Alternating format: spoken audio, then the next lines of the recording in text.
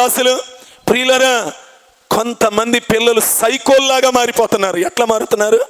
Cell phone కొనిచ్చిందాక ఇంట్లో తల్లిదండ్రులకు నరకం చూపిస్తున్నారు. సైకోలే వాళ్ళిక. తల్లిని చంపటానికి వెనకాడట్లా, తండ్రిని చంపటానికి వెనకాడట్లా, వాళ్ళు చావటానికి వెనకాడట్లా. చిన్న పిల్లలు కూడా కిందబడి దొర్లాడుతున్నారు. ఎందుకు? వాడు దాసుడైపోయాడు ఇప్పటికే, దాసురాలైపోయారు ఇప్పటికే. దేనికి? సెల్ ఫోన్లకి.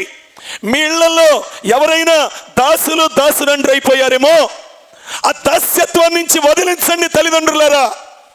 ఆడుకో, ఏడిపి బాకండి, ఆడుకో ఆడుకో. అపాని మాటలు, అపాని బుద్ధిహీనమైన మాటలు. సెల్ ఫోన్ ఇచ్చి ఆడుకోమనేది?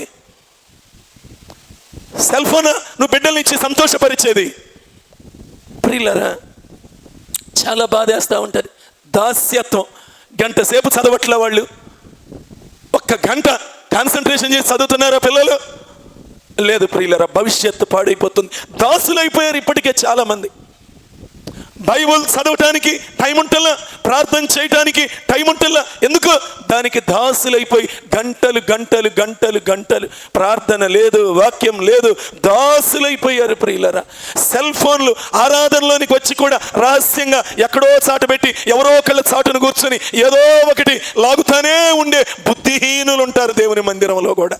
దేవుని మందిరానికి వచ్చిన తర్వాత కూడా సెల్ ఫోన్లు తీసి మనుషుల్ని చాటు చేసుకొని ఏదో ఒకటి చూసుకుంటా.